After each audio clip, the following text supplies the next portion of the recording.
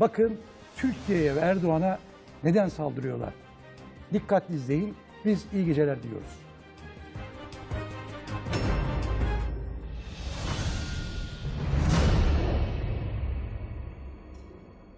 Yes, well, we have to be careful that we don't underestimate Geert Wilders, because now people say he is not the biggest party, so he will not become the leading party within the Netherlands.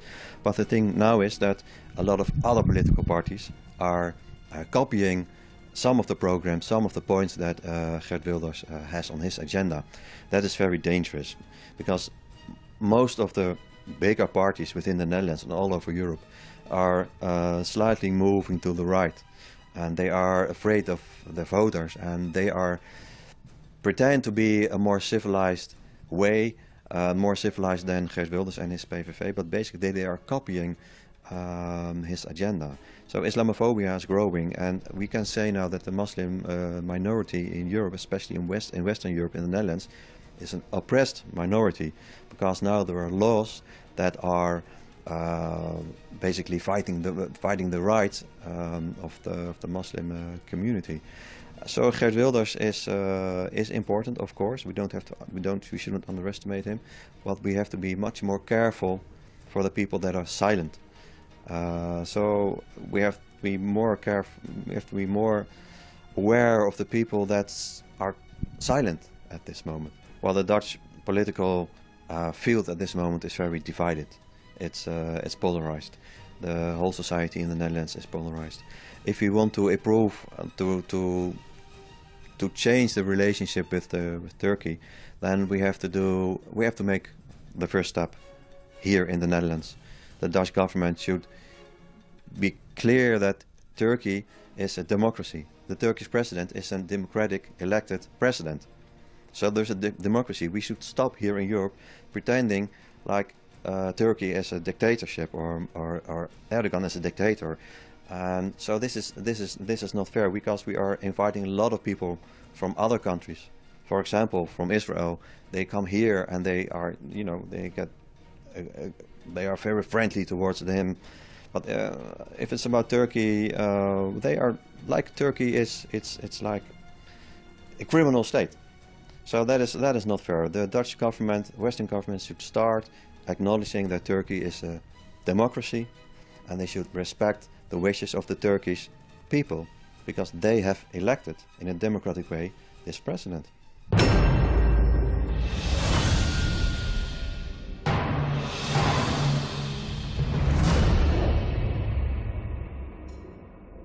Prime Minister Mr. Rutte, he wanted to be re-elected as Prime Minister, and Geert Wilders was a threat because they were in the polls basically at the same level. So Rutte, he had to show that he had, like a backbone. He's a strong leader, and that is why this whole situation is basically, it got out of hand. It escalated, and this is very irresponsible of the Dutch government, because they are using the elections to create tensions and to create polarization, only to get a good result in the elections. And this is basically the reason for what was going on, because of course Turkey is a friendly state. It's a NATO partner, so it should be more than logic that a member of the Turkish government can visit the Netherlands to inform the Turkish people here in the Netherlands. In my opinion, exactly. Also, the mayor of Rotterdam, Abu Talib, he is also fighting Islam. For example, a few months ago, we were able to buy a place in Rotterdam to support the Muslim community. It was an Islamic-based organization, basically. And Abu Talib, it was paid by some people in Qatar. A very positive thing. And Abu Talib, the mayor, he went to Qatar in person, secretly, to block this situation. And then this is something that he does all the time. Not only Abu Talib, especially Abu Talib in this situation, especially in Rotterdam, is basically fighting Islam.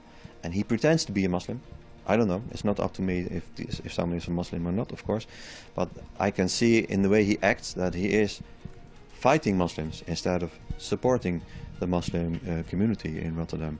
And there are some rumors that that he has good connections with the Gülen movement, and so are a lot of people from Turkish and Moroccan origin that are active in the Dutch politics, even here in The Hague, but also in the Dutch parliament. Well, we know that he has good connections with some organizations in Rotterdam and outside Rotterdam that have good connections with the Gülen movement.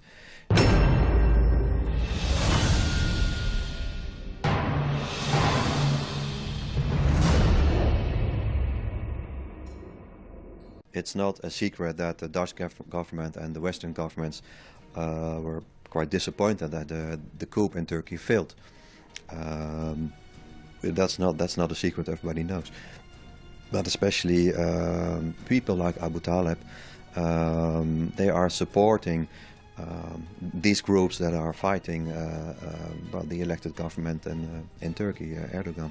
And he has good connections with a lot of Turkish organizations that are against Mr. Erdogan. It's only what I hear from other people. We have our information, of course, because we know a lot of people within the Turkish and in the Islamic community in the Netherlands. So we are quite good informed as a political party. Well, we all know that it's not a secret that basically most of the Western European leaders were supporting the coup against Erdogan, because they've seen and they still see Erdogan as a threat for their position. They don't want strong Islamic leaders.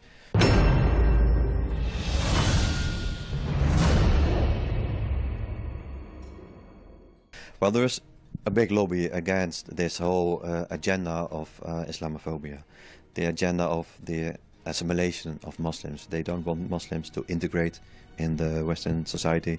They want them to assimilate, to get rid of their belief. And this is supported by the Zionist lobby. I can say that because it's the truth. I can say that despite all the threats that I get, I don't care. I have to speak the truth. And I come from this movement. I was active within the PVV, so I know who is financing them. I know who is the lobby behind it. It's not only Geert Wilders and the PVV, it are also other political organizations like SGP, Forum for Democracy, that kind of parties that are paid by the Zionist lobby, specifically people from rich businessmen in Israel, but also some big lobby organizations in the United States.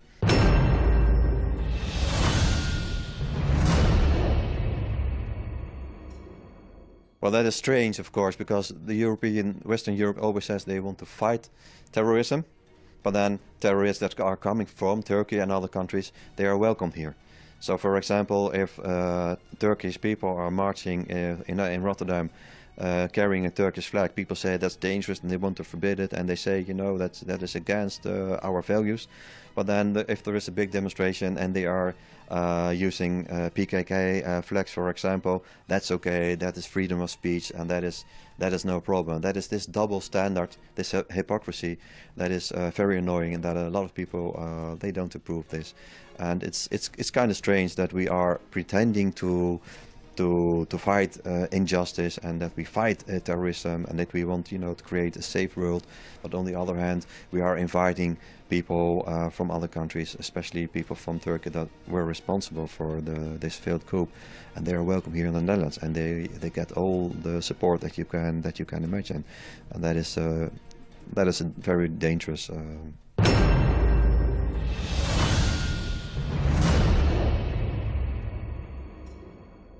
Well, the Dutch government, not only the Dutch government, because it's European Union policy, they are using this double standards. They're talking about Turkey, they shouldn't interfere in national politics or things that are happening here in Europe. But we are doing exactly that in Turkey, because it is allowed, especially it's even promoted by the Dutch government, that people from that are resisting Erdogan, that are trying to frustrate this referendum in April by telling people, especially the Turkish people in the Netherlands, that they should vote against Erdogan. That is, for some strange reason, not interfering in national matters of Turkey. But on the other hand, if the people that are supporting President Erdogan, if they want to speak in the Netherlands or in